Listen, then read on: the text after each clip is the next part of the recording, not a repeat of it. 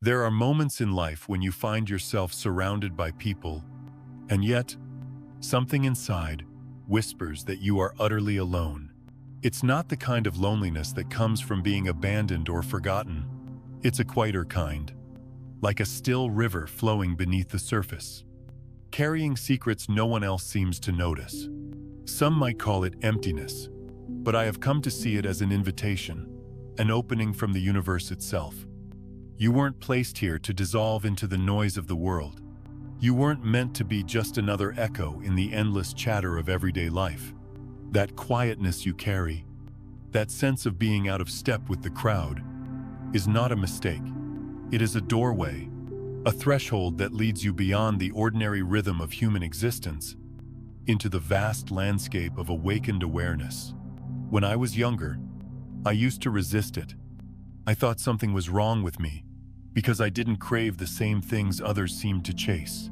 But over time, I learned that what I called loneliness was actually the presence of something greater, a depth of consciousness waiting to be seen. It's as if solitude itself was holding out its hand, asking me to walk with it, to listen, to surrender to its truth.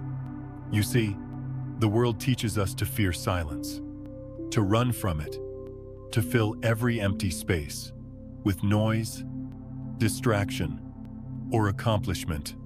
But silence is not your enemy. It is your first friend. Long before anyone gave you love or recognition, silence was already there, resting inside you like a steady companion. It is not absence. It is presence, a presence that reflects back to you the wholeness you already are. Think of it like standing under a night sky. At first, all you notice is the darkness. But when your eyes adjust, you begin to see the stars. What looked like emptiness reveals itself as infinite light. In the same way, when you allow yourself to be with your solitude, without running, without judging, it begins to show you its treasures. It shows you that what you thought was void is actually overflowing. I know it isn't easy. To sit in that quiet can feel unbearable at first. The mind will protest, the heart will ache, old fears rise up, whispering that you are incomplete, that you've been left behind. But what if those voices are not the truth? What if they are simply the echoes of a smaller self, trying to hold on to a world too limited for who you are becoming? Because here is the paradox. The very thing you've been running from, that profound solitude, is the soil where awakening takes root. It's the space where you finally meet yourself without the masks, without the noise, without the need to prove anything to anyone. In that stillness, you encounter a freedom that no external success can ever give you. And here's where the mystery of life and quantum science begin to intertwine. In physics, there's something called the observer effect. The idea that reality itself changes depending on how it is seen, depending on the consciousness that is watching. Most people look at life through the lens of their conditioning, their fears, their habits. They see what they expect to see. But when you dare to see from the quiet space of solitude, from a consciousness unbound by noise, reality itself begins to shift. It's like tuning a radio. Most people are stuck on the same channel, hearing the same static of culture, gossip, and repetition. But your awareness has the ability to tune into frequencies beyond the ordinary, to feel truths that lie outside the range of common perception. That's why you've often felt different. Why small talk feels hollow. Why you crave depth, even when the world offers surfaces. My friend, that difference is not a curse. It is your invitation. You were not chosen for suffering. You were chosen for awakening. The solitude you carry is not punishment. It is preparation. It is teaching you how to hold space for a greater awareness, how to feel the pulse of the universe through the rhythm of your own heart. And when you stop resisting it, when you lean into the quiet, something miraculous begins to happen. The loneliness starts to transform. You realize that you are not truly alone. You are part of a greater field of consciousness. Every thought, every feeling, Every subtle awareness you have sends ripples into this field. And those ripples connect you with others who are also awake. Others who are listening. Others who recognize the same depth in themselves.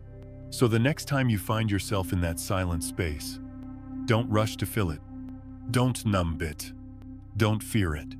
Sit with it, the way you would sit beside an old friend. Breathe into it. Allow it to wrap around you like a warm blanket. And remember, this silence is not emptiness. It is the very fabric of your being. You are not here to disappear into the crowd. You are here to stand as consciousness itself, awake, aware, and alive in a world that has forgotten its own depth. The stillness you feel is not a void to escape, but a sanctuary to enter. For it is here, in the quiet recognition of your own boundless nature, that the true journey begins. 1. Loneliness as a great teacher. Loneliness does not come to destroy you. I know it feels like that, sometimes, as if it has slipped in through the cracks of your life to steal the light you once carried. But over the years, I have learned that loneliness is not here as a thief. It is here as a teacher. One of the most honest teachers you will ever meet. It arrives quietly, without knocking. Sometimes, it shows up in the middle of a crowded room, when you're surrounded by laughter that somehow doesn't reach you. Other times, it greets you in the silence of your home, when the world outside is busy, but your own heart feels unbearably still.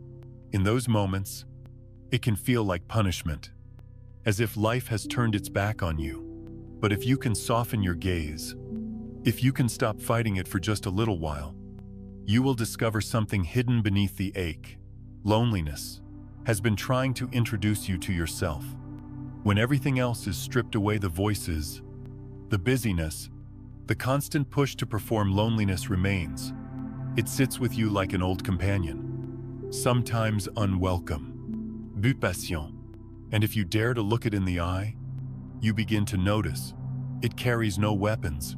It does not wish you harm. Its gift is the mirror it holds up, reflecting back the parts of yourself you have neglected. I remember nights when loneliness felt unbearable, when I longed for anything to fill the emptiness: television, conversations, even noise. But no distraction ever lasted. The silence returned, each time a little heavier, like a tide that could not be stopped. And then, one night, I stopped running. I let the tide wash over me. I allowed loneliness to sit beside me like a shadow I could no longer deny. And something changed. Instead of drowning, I realized I was learning how to breathe in deeper waters. That is the paradox of loneliness. It feels like a void. But in truth, it is full of lessons, full of clarity, full of truths that only reveal themselves when all else is quiet. It is not the absence of connection. It is the presence of your deepest self, waiting patiently for you to turn inward. Think of it this way. Imagine a forest stripped bare in winter. To the untrained eye, it looks lifeless. The branches are skeletal, the air cold, the ground frozen. But underneath, life is stirring. Roots are pushing deeper. The soil is gathering strength. Seeds are preparing their silent growth. Loneliness is much like that winter forest. On the surface, it feels barren, but beneath, something essential is happening. You are being rooted. You are being prepared for a new season. Many people try to escape loneliness because they fear what it says about them. They think, if I feel this way, something must be wrong with me. But what if the truth is the opposite? What if your loneliness is not evidence of your brokenness, but proof of your depth? Not everyone is called to swim in those deeper waters. Not everyone can hold the weight of silence. If you feel it, it is not because you are less, but because you are more sensitive, more awake, more open to the mystery of being alive. In solitude, you begin to hear the voice of your own soul, a voice often drowned out by the noise of daily life. It does not shout, it whispers. It waits for you to become quiet enough to notice. And when you do, You realize that the very emptiness you feared is actually an invitation to fullness. Loneliness teaches you that you are not defined by the presence or absence of others, but by the depth of connection you cultivate within yourself. I have come to see loneliness as a kind of threshold. You stand before it, and it feels like a closed door. But if you place your hand on it, if you dare to open it, you step into a sanctuary. Inside, you meet the parts of yourself that you have overlooked, the wounds that need healing, the dreams that have been waiting, the wisdom that only silence can reveal. It is not an easy meeting. At times, it can feel like sitting with a stranger, but slowly, you realize that stranger is you, in your truest form. Loneliness also teaches patience.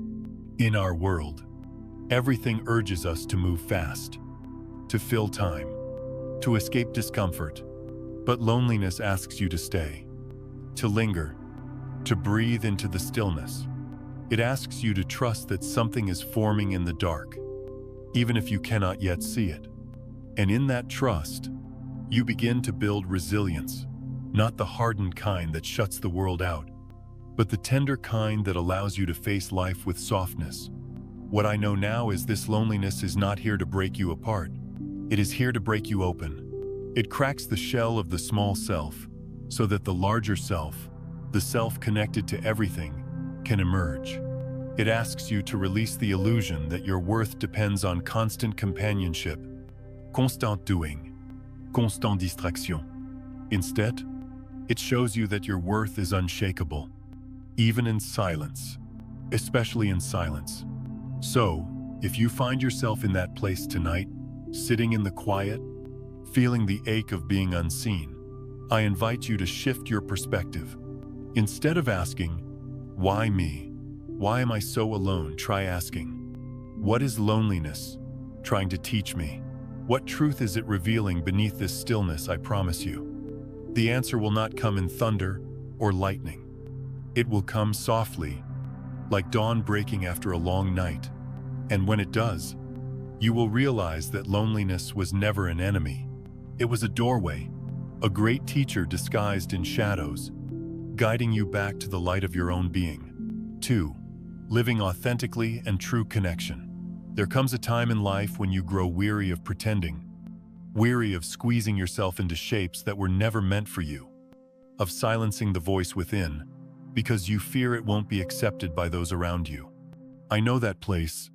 I have lived there, and I can tell you, it feels like wearing shoes, 2 sizes, too small. You can walk, yes, but every step hurts. For years, I believed that fitting in was the key to belonging. I thought if I could just say the right things, act the right way, follow the rules of whatever group I was in, then maybe I would feel at home. But the truth was, every time I betrayed myself in order to belong, I grew lonelier. Because I wasn't really connecting with anyone. I was only showing them a mask. And masks, no matter how beautiful, cannot touch. They cannot embrace. They cannot love. It wasn't until I began to live more honestly, to speak with my real voice, even if it trembled, that I discovered the difference between fitting in and belonging. Fitting in is about bending yourself to be accepted. Belonging is about standing as you are, and discovering that those who see you truly are drawn to you naturally. It is a connection born not of performance, but of recognition. Living authentically is not easy. It asks for courage, the kind of courage that may not roar, but whispers, "This is who I am." It asks you to let go of approval, to risk misunderstanding, to be willing to walk away from places where your soul is not welcome. And that can feel terrifying at first. But here is the gift. When you stop dimming your light to make others comfortable, you begin to attract people who aren't afraid of brightness. I remember the first time I spoke my truth in a circle of people I feared would reject me. My hands shook. My voice caught. But I said the words anyway. And what I found was not rejection, but recognition. A woman across from me nodded, tears in her eyes, and said, "I thought I was the only one who felt that way." In that moment, I understood authenticity as a bridge. It connects us not at the surface, but at the roots. True connection does not come from perfect words or flawless appearances. It comes from the raw honesty of being human. It comes when someone dares to say, "This is me, not polished, not packaged, but real." And in that vulnerability, another person feels safe enough to say, "Me too." That "me too" is where loneliness dissolves. That is where islands of depth begin to appear in an ocean that often feels shallow. Think of it like this. The ocean is vast, and most of it is surface waves, restless, noisy, constantly changing. But beneath, there are islands, places of solid ground where life can root and flourish. Authenticity creates those islands. When you speak from your soul, you plant a piece of land in the middle of restless waters, and those who are also searching for solid ground will find their way to you. But let me be clear, living authentically is not about spilling everything to everyone. It's not about being reckless with your truth. It's about alignment.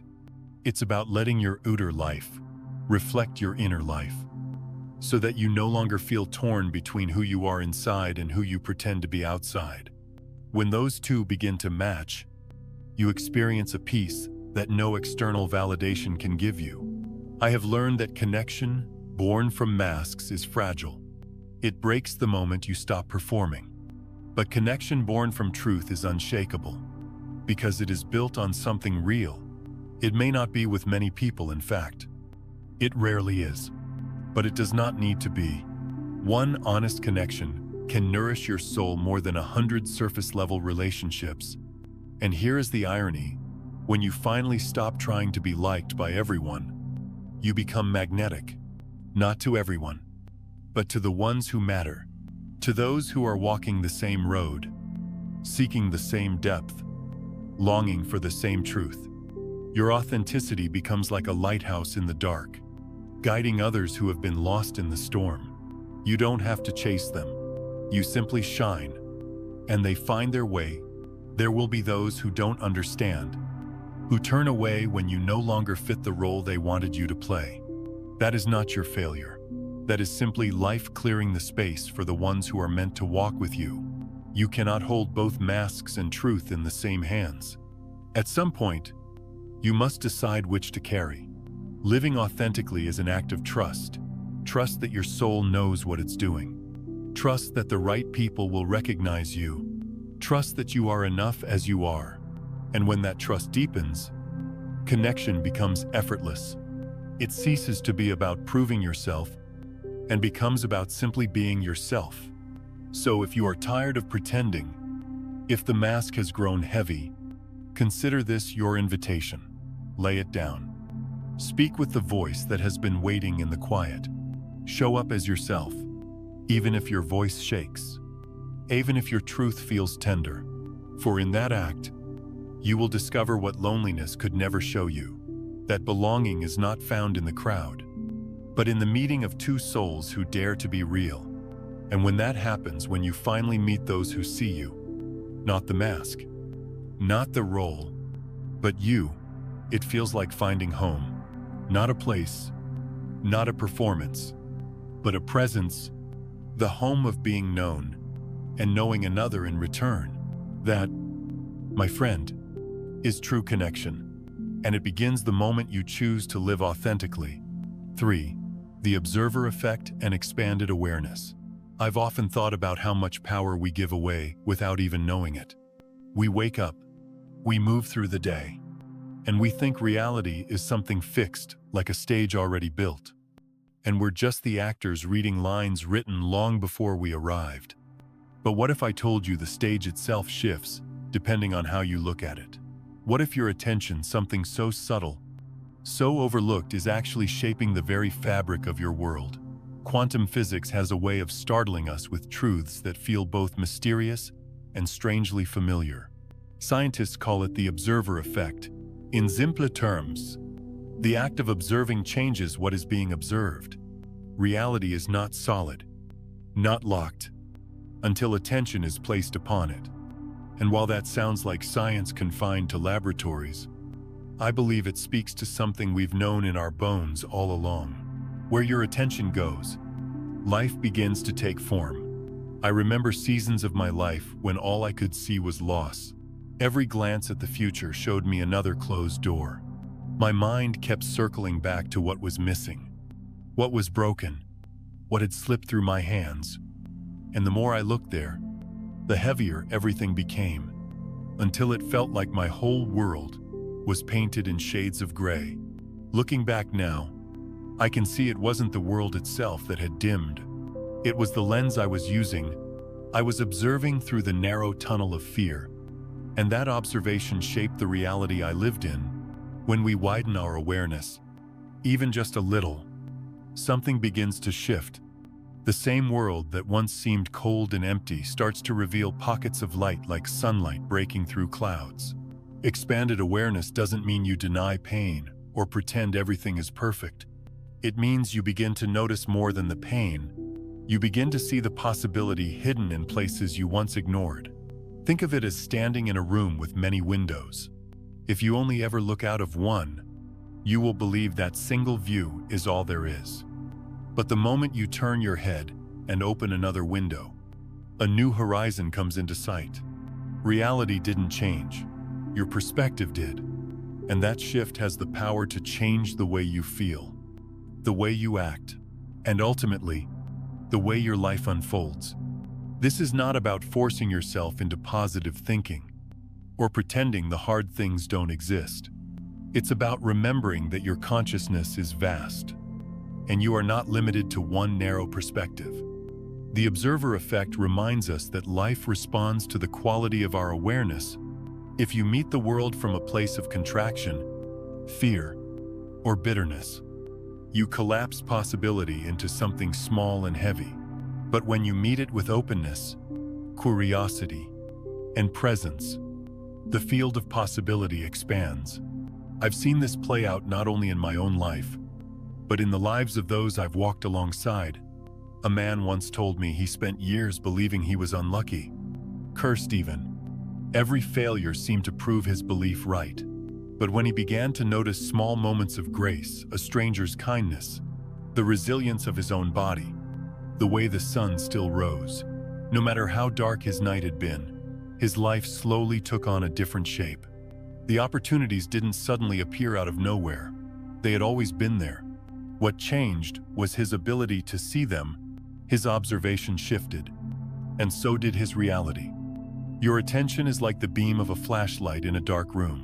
Wherever you point it, that space becomes illuminated, while the rest remains in shadow. If you constantly shine it on what you fear, your whole world feels frightening. But when you dare to move the light, when you allow your awareness to settle on love, on beauty, on possibility, those qualities grow more vivid, more tangible. You start to realize the room you thought was empty is actually full of treasures waiting for you to notice. And here is the deeper truth when you expand your awareness. You don't just transform your own life. You shift the atmosphere around you. Your presence begins to ripple outward. Like a pebble, dropped into a pond. Others can feel it, often without understanding why. Have you ever walked into a room where someone's calmness immediately puts you at ease? Or met someone whose quiet joy seemed to lift your own spirit? Even if no words were spoken, that is the power of observation at work. The state of your consciousness doesn't just shape your inner world, it shapes the shared space we all inhabit. So much of our suffering comes from forgetting this power. We think we are victims of reality, when in truth, we are participants in its unfolding. Every moment, with every glance of awareness, we are co-creating. This doesn't mean you can control everything. Life will always carry mystery, always hold elements beyond your grasp. But it does mean that you are never powerless. You can choose the window you look through. You can choose where to place the beam of your attention. And here's the simple yet profound lesson I've learned. The more expansive your awareness, the more expansive your life. When you lift your gaze beyond fear, beyond scarcity, beyond the story that tells you this is all there is. You begin to touch something greater. You begin to live not just as a person trying to survive, but as a consciousness participating in the vast, unfolding dance of existence. The observer effect is not just a scientific principle. It is an invitation to remember that the way you look at life matters. An invitation to expand your awareness so that you don't just see what's broken, but also what's possible. An invitation to realize that every breath, every moment of presence, is a chance to shape reality in a way that honors not just your own soul, but the souls of those who share this journey with you. And when you live this way, when you dare to look through wider windows, when you allow your awareness to stretch beyond the narrow walls of fear, the world becomes bigger, not because it suddenly changed, but because you did. 4. The role of a messenger of consciousness. There was a time in my life when I thought being different meant being broken. I looked around and saw people moving with such ease through the routines of life, fitting into conversations, chasing the same dreams, nodding to the same rhythm. And there I was, always a step out of sync. I carried questions others didn't seem to ask. I noticed patterns others overlooked. And I felt emotions so deeply that they sometimes seemed unbearable. For a long while, I thought this was a flaw. But with time, I came to realize it was not a flaw at all. It was a calling. You are not a misfit. You are not an outsider doomed to wander without belonging. You are a messenger of consciousness, a pioneer walking paths that most have not yet dared to tread. Every step you take in your awakening, every truth you embrace, even when it costs you comfort, becomes a map for another soul who will one day stand where you are standing now. That is what it means to be a messenger. You don't just live for yourself. You live as a signpost, quietly pointing the way toward what is possible. It doesn't require grand speeches or stages. Often, the role of a messenger unfolds in the smallest of ways. In the way you choose compassion when bitterness would be easier. In the way you pause to listen when the world urges you to hurry. In the way your very presence reminds others that life can be lived more slowly, more consciously, more truly. These small acts ripple outward, and though you may never see their full reach, they are not wasted. Every act of awareness sows a seed in the field of human consciousness. Being a messenger of consciousness is not about being perfect. In fact, it often means walking through fire, through nights of doubt and valleys of silence, so that you can one day say to someone else, I know the way through this darkness because I've walked it. Your scars become your credentials. Your survival becomes your teaching, and your lived experience becomes a lantern for those still finding their way. Think of a mountain trail. The first person to walk it does not have a clear path. They stumble, they clear rocks, they face unknown dangers. But each step they take makes it easier for the next traveler. You are that first traveler. The terrain may be difficult, and sometimes you may wish for an easier road, but each time you choose presence over distraction, honesty over pretense, love over fear, you carve a trail into the wilderness of human possibility. And one day, someone will walk more safely because you walked first. There is a deep humility required in this role. It means accepting that your life is not just about you.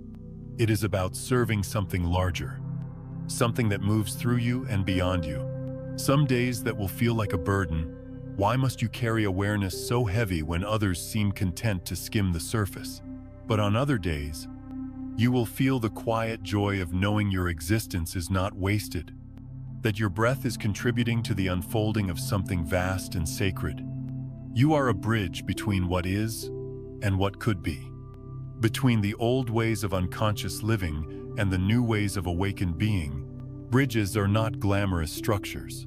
They often go unnoticed, walked upon without a second thought. Yet they are essential. Without them, no crossing can be made. So when you feel unseen, remember this. Invisibility does not mean irrelevance. The bridge is not praised for its beauty, but honored for its purpose. As a messenger of consciousness, you will sometimes feel the loneliness of the path. You will look around and wonder why others cannot see what is so clear to you. You will long for companionship on the journey. But know this: the very awareness that sets you apart is also what connects you to others who are awakening. And though the connections may be fewer, they are deeper. When you meet another soul who recognizes your depth, it will feel like meeting family across lifetimes. I know the world often measures worth by numbers: how many followers, how many achievements, how many eyes are watching. But consciousness does not count in that way. One candle can light 1,000 others without diminishing its flame. One life lived authentically, courageously, with presence, can shift the atmosphere of a family, a community, even a generation. Never underestimate the quiet power of your awakening. So, if you feel the weight of being different, if you feel the ache of carrying truths too large for small talk, let this be your reminder. You are not here to fit in. You are here to open paths. You are here to embody what humanity is capable of when it dares to live awake. Your task is not to convince the world, but simply to live as a coherent example, a living, breathing reminder that another way is possible. And perhaps the most comforting truth of all is this: you are not doing it alone. Every other messenger, every other pioneer, every other soul who has carried their own light through the shadows is walking beside you, even if unseen. Together, we form an invisible network of consciousness, each holding a fragment of the whole, each playing our part in the great unfolding. So take heart. The road may be narrow, the nights may be long, but your steps are not in vain. You are writing a map with your very life, and someday, someone who feels lost will find it. They will trace your footsteps, and in doing so, they will discover their own, and that is the quiet, the holy work of a messenger of consciousness. 5. The weight and the gift. There are days when it feels like you feel too much. The grief of a stranger, the tension in a room, the quiet sadness behind someone's smile. It all finds its way into your chest as though it were your own. And there are nights when you see too far ahead, when the patterns others ignore unfold in your mind with painful clarity, and you carry the burden of knowing what no one else seems ready to acknowledge. It can feel unbearable, like your heart is a vessel too small for the ocean it is asked to hold.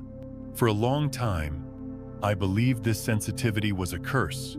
It left me exhausted, rough, and sometimes ashamed. I wondered why I couldn't just be like others, why I couldn't brush off pain, why I couldn't laugh at things that felt cruel, why I couldn't live with the same blindness that seemed to shield so many from life's harsh edges. But what I came to understand is that this weight, heavy as it feels, is also a gift. It is the very thing that allows you to live with depth in a world addicted to the surface. Pain has a way of convincing us that we are weak, but sensitivity is not weakness. It is a form of perception. Just as some can hear music in notes others miss, or see colors others cannot distinguish, you have been given the capacity to sense the subtleties of human experience. You notice what hides beneath words. You feel the tremor of what is unspoken. You perceive the connections between things long before they reveal themselves outwardly. Yes, it can hurt, but it also awakens you to possibilities most of humanity still sleeps through. I remember walking through a season when the weight of this gift nearly crushed me. Every headline felt personal. Every story of suffering pierced through my skin. It seemed impossible to live in a world so fragile and fractured without being pulled apart by it. But slowly, I learned that the same openness that lets in pain also lets in beauty. If you feel the sorrow of the world, you also feel its joy more vividly. If you can see the brokenness, you can also see the miracles hidden in plain sight. The same sensitivity that notices despair also notices the soft kindness of a stranger holding a door. It notices the way sunlight rests gently on the face of a loved one. It notices how resilience grows like wildflowers through the cracks of hardship.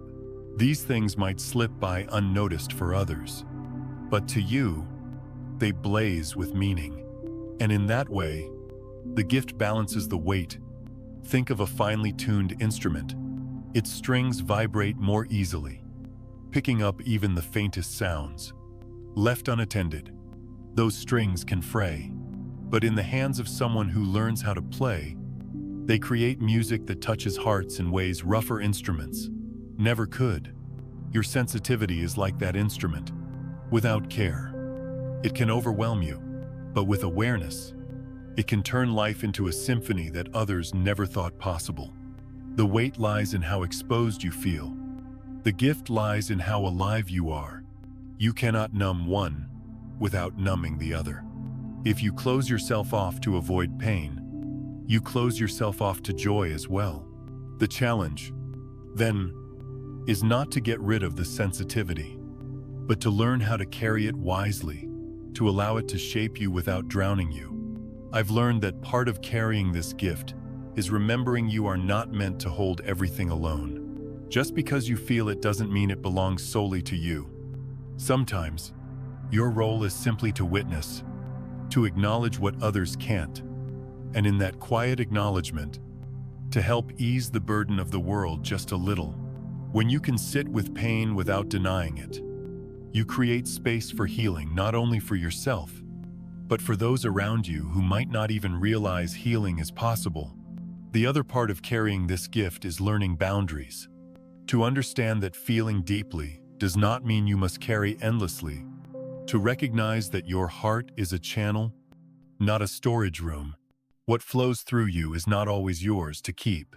Some of it is meant to move on, to be released into prayer, into art, into simple presence, so it can transform rather than accumulate. And perhaps the most beautiful aspect of this gift is the way it connects you to others. People who carry this kind of sensitivity often become healers, storytellers, companions on the hard roads. They are the ones others turn to when the weight of life becomes too heavy, because something about their presence says, "I understand," not in words alone, but in the unspoken resonance of two hearts that know the same language of depth. So, if you sometimes wish you could shut it off, if you wish you could feel less, see less, I know less, I want you to remember this. What feels like too much is exactly what makes you who you are. The weight you carry is the same force that allows you to light the way for others. Your pain refines your compassion. Your vision sharpens your wisdom. Your sensitivity, though it may wound you, is also the well from which your greatest gifts flow. The truth is, the world does not need more people who can look away. It does not need more hearts hardened against feeling. It needs those who can see clearly, who can feel deeply, and still choose love. That is what you are here for. Not to escape the burden, but to reveal the gift it contains. One day, you will look back and see that the very things that made life hardest also made you most alive. And you will understand that this gift, once mistaken for a curse, was never meant to break you. It was meant to open you, to awaken you, and to remind you that being fully human means embracing both the ache and the wonder. 6. The invisible network. There are moments in life when you swear you are utterly alone. You sit in the quiet of your room, the world outside, busy with its endless noise, and you feel as if no one could possibly understand the weight you carry. But what if I told you that even in that silence, you are not truly alone? What if the ache of isolation is not a sign of abandonment, but an opening into something larger, a vast and unseen web of connection that binds us all? I have come to call it the invisible network, not because it is mystical or unreachable, but because it is so subtle that most people overlook it. It is the field of consciousness that surrounds and moves through each of us, a kind of quiet frequency where every thought, every emotion, every ripple of awareness is felt. You may not see it with your eyes, but you know it in your bones. Think of the times you've thought of someone and suddenly they called you. Or when you walked into a room and sensed tension before a single word was spoken. These are not coincidences. They are glimpses of the network proof that our inner worlds are not sealed containers, but open currents flowing into one another. For years, I believed my solitude was proof that I was cut off. I thought my longing for deeper connection was some personal flaw, something that made me unfit for this world. But slowly, through moments of grace and quiet recognition, I began to realize that solitude was not disconnection. It was training. It was teaching me to tune into a frequency beyond small talk and shallow exchange. A frequency where souls communicate in silence, where presence itself becomes language. This invisible network is not bound by distance. Two people oceans apart can feel the same stirring of awareness at the same moment. It is not bound by time either. Sometimes, wisdom from generations before you can rise within you, as if whispered directly into your heart. Consciousness is not confined to the limits we've been taught to believe in. It stretches, it overlaps. It weaves us together in ways our minds can barely comprehend. When you begin to notice this, loneliness takes on a different shape. The silence you once feared begins to feel alive. It carries an undercurrent, a pulse, as though countless hearts are beating with yours. And in truth, they are. Every other invisible one, every soul who has dared to walk into the depth of themselves is part of this web. You may never meet them face to face, but you know them when you feel them. They are the ones whose presence brings relief, whose eyes hold recognition, whose silence feels like companionship. I remember once sitting alone, overwhelmed by grief I couldn't name. In that moment, with no one physically near, I whispered a quiet plea into the dark. I can't hold this by myself. Almost instantly, a warmth settled into the room. Not a voice, not a vision, just a presence. A sense of being witnessed, a sense of being carried. That was the network answering, reminding me that even when my human mind believed I was alone, my soul was held in a greater field of belonging. This is why I believe invisible ones are never truly invisible. We may not always be recognized by the outer world, but in the inner field of consciousness, we are deeply seen. Our sensitivity makes us transmitters and receivers, both sending out ripples of awareness and receiving them in return. The sigh you release in solitude, the prayer you whisper into silence, the love you send quietly to someone who never hears you. Speak it, none of it is wasted. All of it enters the field. All of it is felt somewhere, by someone, in ways you may never know. The beauty of this invisible network is that it does not demand performance. You don't need to prove yourself to be worthy of connection here. You only need to be present, to soften, to allow yourself to feel. And the more you allow it, the more you begin to sense that you are walking through life accompanied. Always. Even when human company falls away, there is a deeper company that never leaves you. Perhaps that is why the invisible ones, those who carry more awareness, more sensitivity, are drawn to one another without needing to try. Our resonance calls us together, like tuning forks, vibrating at the same frequency. You might stumble upon someone and feel an instant recognition, as if you've known them for years. That is not imagination. That is the network revealing itself. To live with awareness of this network is to live with less fear, because you begin to understand that even when you cannot see the support around you, it exists. You begin to realize that the love you thought you lacked was always flowing toward you in invisible ways. And when you trust that, you become more generous in return, more willing to send out kindness, more willing to offer presence, more willing to believe that even your smallest gestures matter. So the next time you feel alone, try this. Close your eyes and breathe. Whisper, even silently, I see you, I feel you, we are connected. And wait, not with expectation, but with openness. More often than not, You will sense a subtle shift, a softening, a quiet warmth, a reminder that your being does not end at the edges of your skin, that you belong to something vast. The invisible network is not some faraway mystical promise. It is here, now, woven through the very air you breathe. You have never walked alone. You never will. And the more you remember this, the more you can carry your sensitivity not as a burden, but as the very bridge that keeps the field alive. 7. The multidimensional nature of being. There are days when life feels heavier than it should.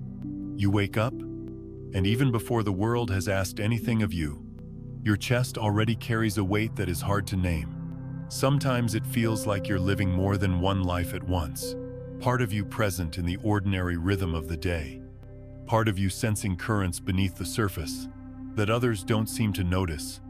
That heaviness, that overwhelm, is not proof of weakness. It is a sign of something else. Entirely, you are living in more than one dimension at the same time. Most people experience reality as flat, a single layer, defined by what they can touch, measure, or see. But for those who carry deeper awareness, reality reveals itself in layers. You are not just walking through the physical world, you are also navigating the tides of emotion, the whispers of intuition, the stirrings of spirit, and even the probabilities of futures that have not yet fully formed.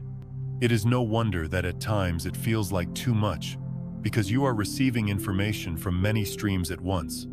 I used to think I was simply too sensitive. I blamed myself for not being able to shrug things off the way others did. A crowded room would leave me exhausted. A conversation, even a brief one, would linger in me for hours, as though I had absorbed not just the words but the energy beneath them. And then there were the moments when I would sense something before it happened. A phone call, a shift in someone's life, a turn of events, and I couldn't explain how I knew. It was as if life was whispering to me from beyond the surface, and I was tuned in to frequencies that others had no interest in hearing. In time, I came to realize that this wasn't a mistake. It was the nature of consciousness itself.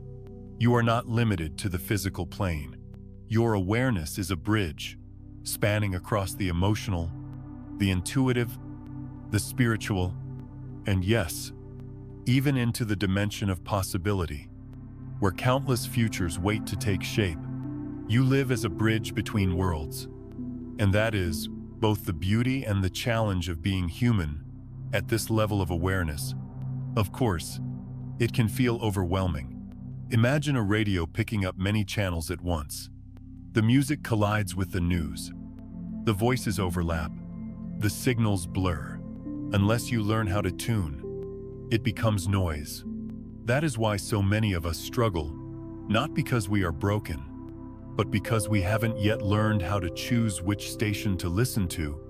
The gift is there, but it requires practice, patience, and trust. When you allow yourself to honor this multidimensional nature, the overwhelm begins to soften. You stop asking, "What's wrong with me?" and start asking, "What am I sensing right now? And from where is this grief truly mine? Or am I touching the collective sadness of the world? Is this intuition nudging me toward a decision? Or is it fear trying to disguise itself as foresight?" These questions help you discern, to place each experience in its proper dimension, and to live with more balance inside the vastness you carry. And here is the simple truth. You were never meant to live in only one dimension. You came here to be the meeting place of many. Your body anchors you in the physical world. Your heart translates the language of emotion. Your intuition acts as the compass of unseen directions. Your spirit reminds you of the unity that underlies everything. And your awareness of possibility opens you to futures that others cannot yet imagine. Together, these dimensions make you whole. Deny any one of them, and you feel incomplete. Embrace them, and life becomes fuller, richer, even if more complex. I remember sitting with a friend who had lost someone they loved. They spoke words of despair, But beneath the words, I could feel something else, a quiet strength beginning to rise, a seed of resilience still hidden under the soil of their grief. That awareness didn't make me dismiss their pain, it made me hold them more gently. This is what it means to live multidimensionally. You see not only the surface but also the layers beneath, and that allows you to respond with a deeper kind of compassion. It is tempting to wish it all away, to desire the simplicity of a single layered life. But then I think of what would be lost, the ability to notice beauty in the smallest details, the gift of intuition guiding you when logic falters, the capacity to sense the interconnectedness of all things. These are not burdens. They are treasures disguised as sensitivities. They are the very qualities that make you more alive. Yes, there will be days when it feels like too much. Days when you want to close every window and live only on the surface. And it is okay to rest there sometimes. But do not forget the depth you carry is not a mistake. It is your way of participating in the fullness of existence. You are like a tree whose roots reach deep underground, while its branches stretch toward the sky. To live only on the surface would be easier, but it would also be smaller. You were not made to be small. So, when the noise of many dimensions overwhelms you, remember this: you are not here to control it all. You are here to learn how to be a bridge, to allow awareness to flow through you without drowning you. You are here to discover balance, to find the ground beneath your feet, even while your spirit stretches across unseen realms. And when you learn to stand in that place rooted, balanced, aware, you become something extraordinary, a living connection between the visible and the invisible, the present and the possible, the human and the divine.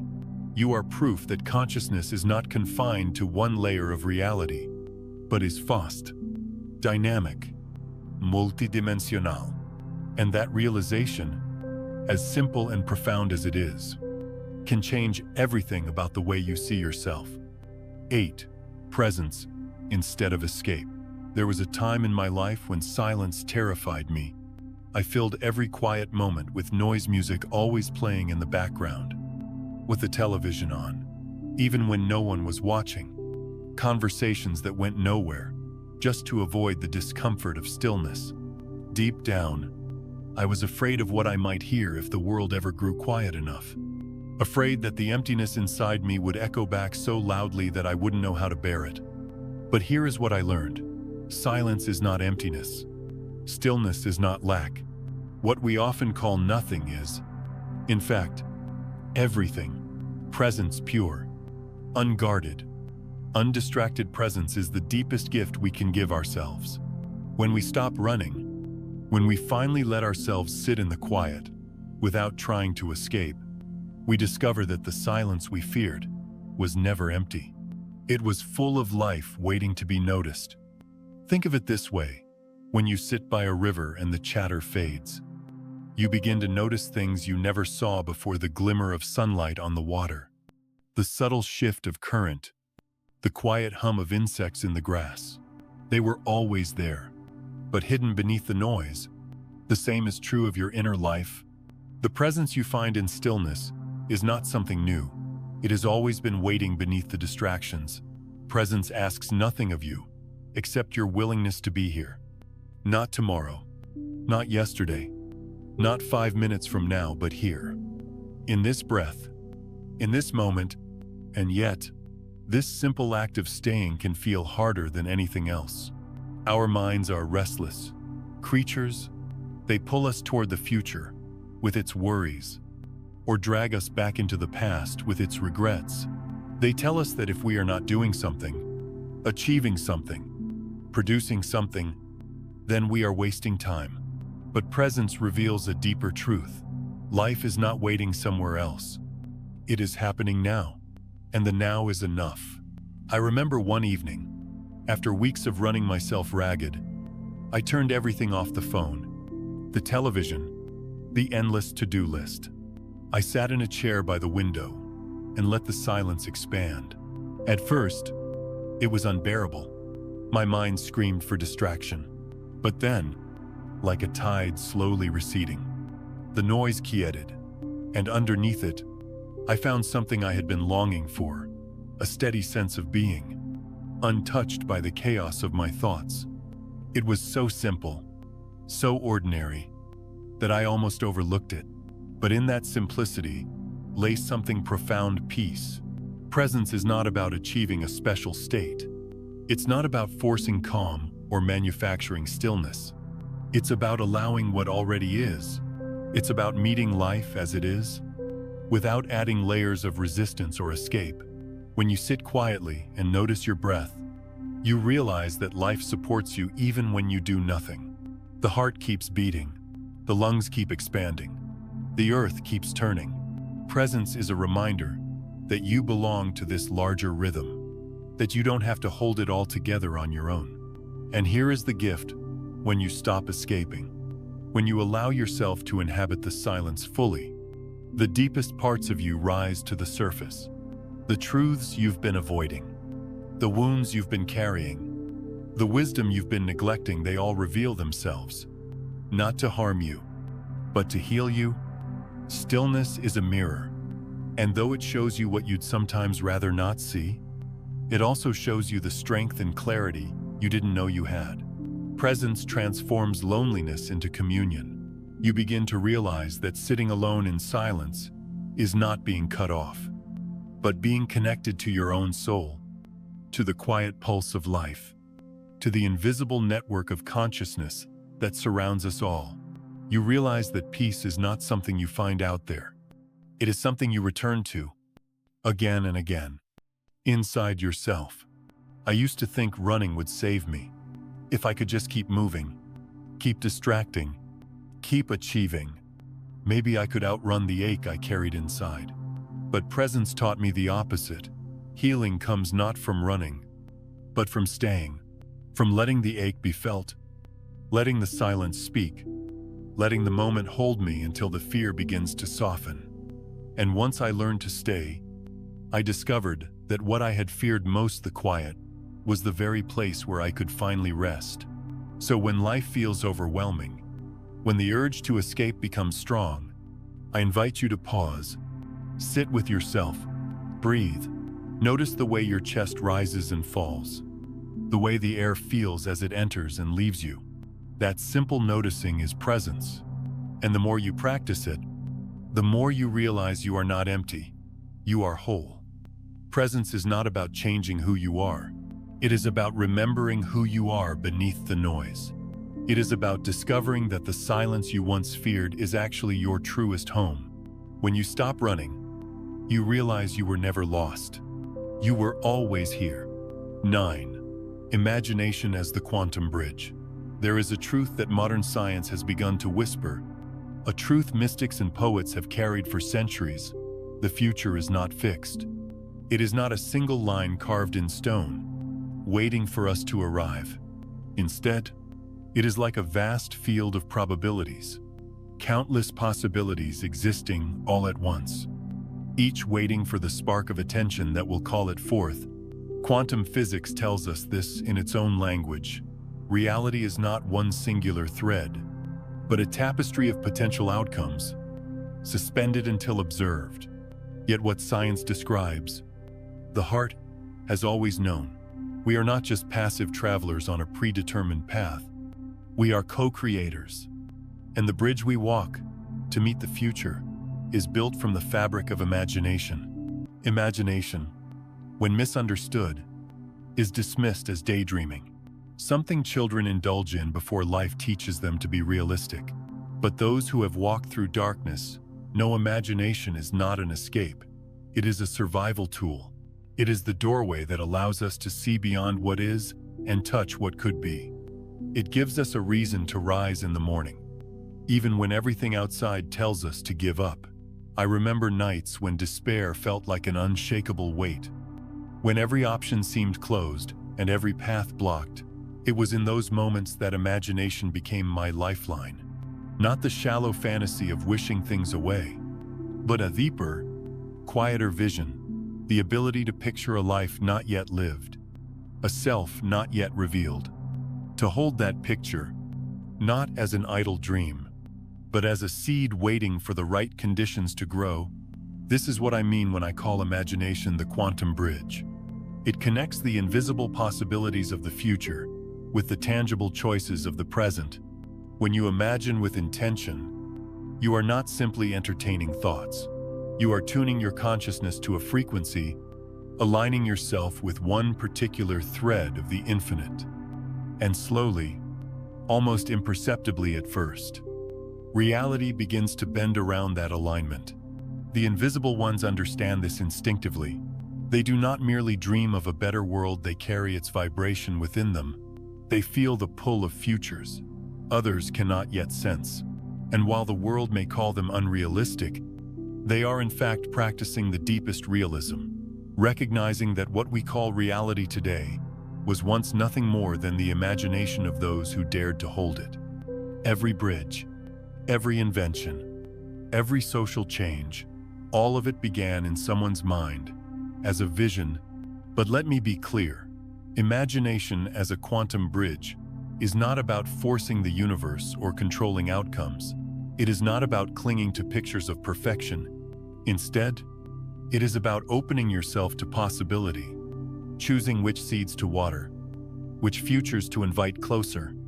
It is about trust, trusting that the act of holding a vision with sincerity and consistency sets into motion forces larger than you can see. Think of imagination like light shining through a prism. The prism does not create the light. It simply reveals the spectrum hidden within it.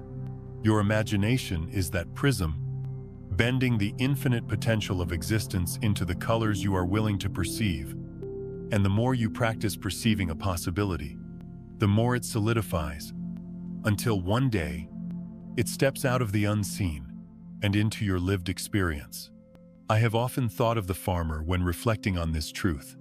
He cannot command the seed to sprout on his timeline, but he can plant it, water it, and prepare the soil. Imagination is the planting. Consistent thought, belief, and action are the watering. Life itself provides the conditions, and when the time is right, the seed breaks through.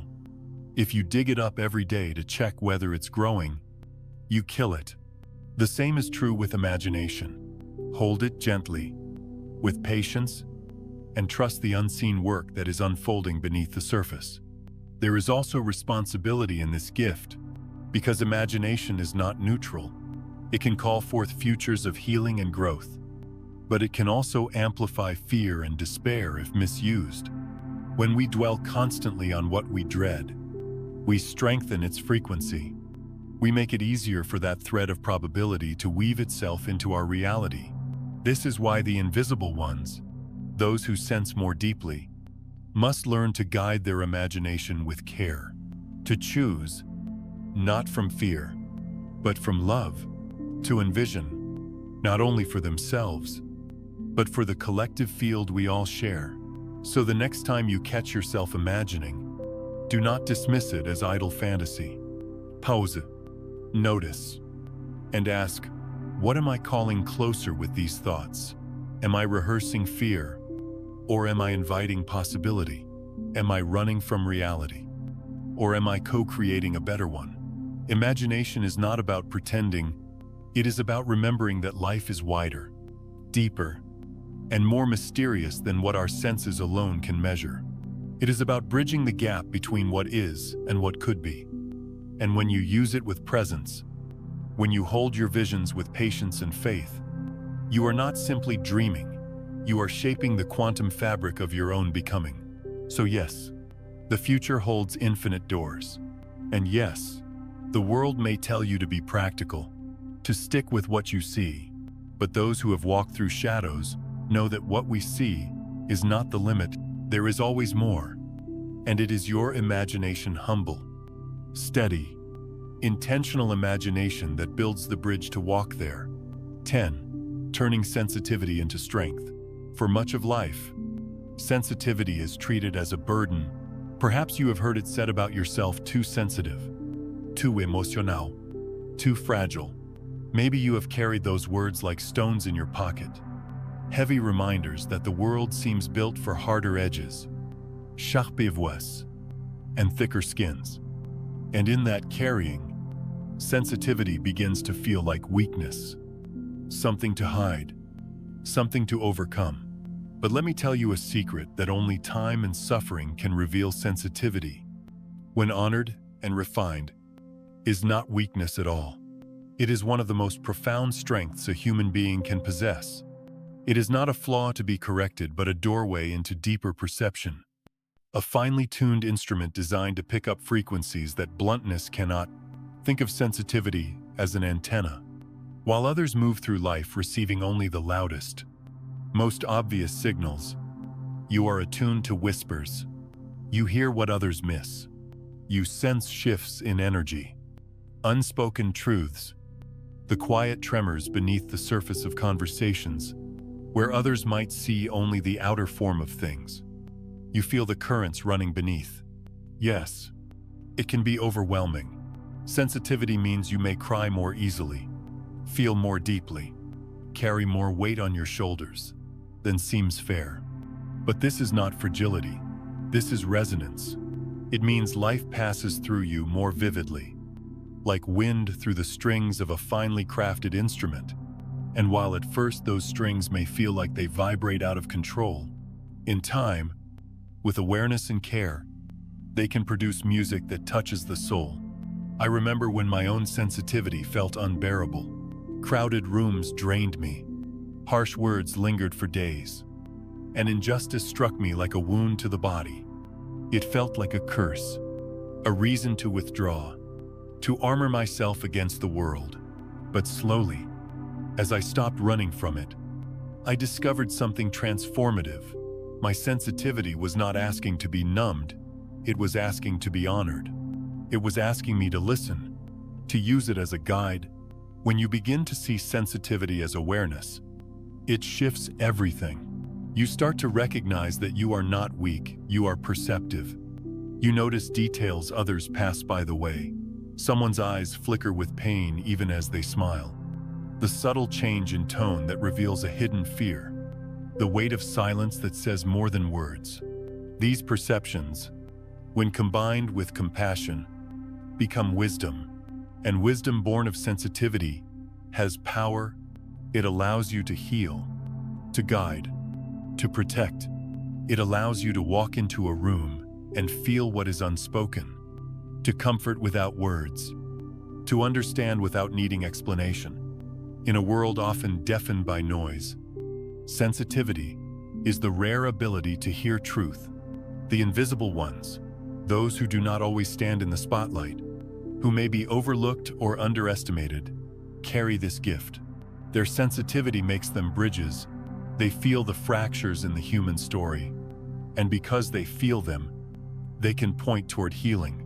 They are the ones who can sense what humanity is too distracted to notice, who can gently lead others closer to what is real. But let me offer a caution. Sensitivity without grounding can become suffering. If you absorb everything without discernment, you drown in it. The task, then, is not to close yourself off, but to anchor yourself deeply, to cultivate practices that root you. Quiet moments of stillness, time in nature, breaths that bring you back to center. These anchors allow your sensitivity to function not as a wound, but as an antenna, not as chaos, but as clarity. There is also a discipline here. Sensitivity must be paired with responsibility. If you use it only to collapse into overwhelm, it becomes self-destructive. But if you train it, honor it, and let it mature, it becomes a compass not only for your life, but for others. It becomes strength disguised as softness, leadership disguised as listening, and perhaps most importantly, sensitivity connects us to love. For to feel deeply is to care deeply. To notice pain is to long for healing. To sense beauty is to celebrate life. These are not small things. They are the roots of every act of compassion that has ever changed the world.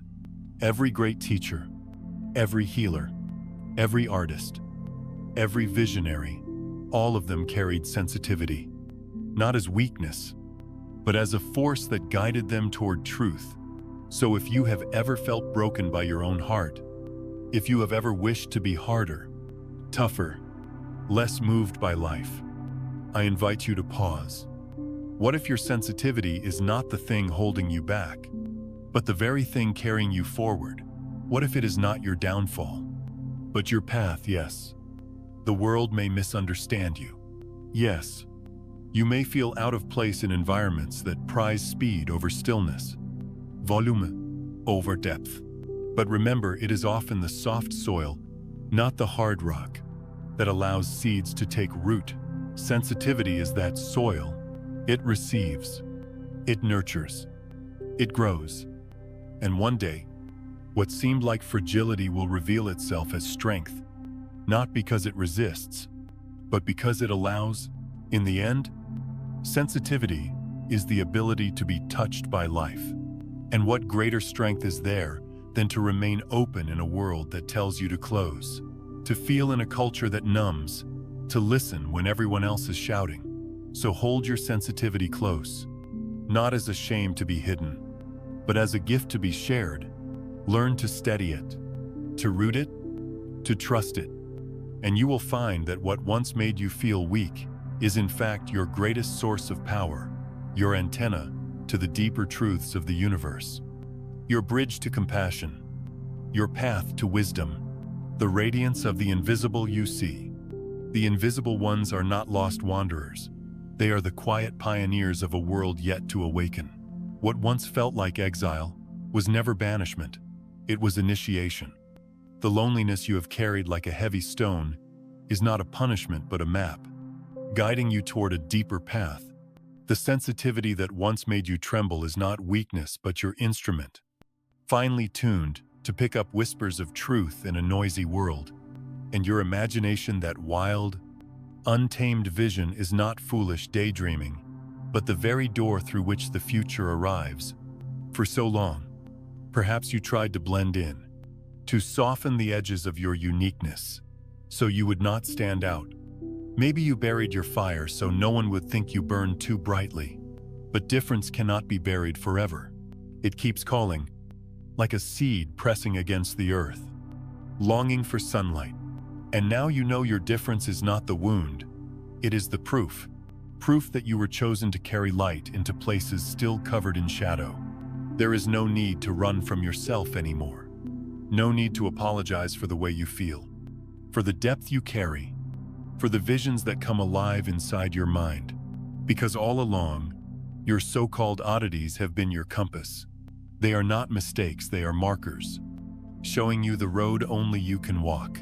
When you look at the world through this lens, everything shifts. You stop measuring yourself against the crowd. You stop asking whether you belong in their rhythm, and you begin to honor the cadence of your own steps. What once seemed like isolation becomes clarity. What once seemed like fragility becomes power. What once seemed like exile becomes leadership. And here is a truth worth remembering. You are not living only for yourself. Every choice you make, every breath you take with awareness, every act of courage to live authentically, all of it ripples outward. You are contributing to something far larger than your own story. You are participating in the evolution of humanity itself. The invisible ones, you, me, all of us who have felt out of step with the world, are not here by accident. We are here because the old patterns are breaking, and something new is being born. The world does not change through noise alone, but through those who quietly embody a new way of being. Every time you choose presence over escape, compassion over judgment, authenticity over performance, you are planting seeds of transformation. Perhaps it feels small, almost insignificant, a single person choosing to stand in their truth. But do not underestimate the force of alignment. A single candle does not ask the darkness for permission. It simply shines. And in shining, it alters the room. You are that candle. And when enough invisible ones remember their light, the whole landscape changes. The challenge is not to convince the world of your worth. The challenge is to accept it yourself. To stop questioning whether your sensitivity is valid, whether your dreams are foolish, whether your solitude is evidence of failure. Instead, to see all of it as sacred material. To see yourself not as broken but as prepared. There will be days you still feel the ache of being unseen, and that is natural. But in those moments, remember, invisibility is not erasure. It is often protection, even preparation. It gives you space to grow roots before the world notices your branches. It gives you time to strengthen before your work becomes visible. Trust that timing, trust that your unfolding is not late, not missing, but exactly as it needs to be. And when the time comes, and it will, to step more fully into visibility, you will know, not because the world suddenly approves, but because you no longer seek its approval. You will know because the loneliness will have turned into solitude, the sensitivity into wisdom, the imagination into vision. You will know because you will finally recognize yourself not as invisible, but as luminous. So let me remind you one last time, you are not an accident. You are not misplaced. You are not behind. You are chosen. Chosen not in the sense of superiority, but in the sense of responsibility, to live awake in a sleeping world, to carry light into corners where others have not yet looked, to hold space for what is possible, even when the present seems impossible. This is no small calling, and yet, it does not ask you to strive endlessly, to fight for recognition, or to prove your worth. It simply asks you to be, to live as who you are, fully, honestly, bravely. That is enough, more than enough. That is how the world begins to change. So here you are, an invisible soul, radiant in its own right, a pioneer disguised as an outsider, a mapmaker disguised as a wanderer, a bridge disguised as a dreamer. You are not here to escape difference, but to embody it. You are not here to be swallowed by the noise, but to hold a note so pure that it reminds others of their own song. When you accept this, when you finally say yes to being who you are, the world cannot remain the same. It begins to shift, to bend, to open. And though you may not always see the immediate effect, trust this: every act of authenticity, every moment of presence, every quiet courage adds to the collective turning. You are not invisible. You are the light within the unseen. You are the proof that evolution is not theory, but life unfolding through you. And as you walk forward, not seeking recognition, but radiating truth, the world will begin to remember what it had forgotten. The invisible ones are not the end of an old story. They are the beginning of a new one.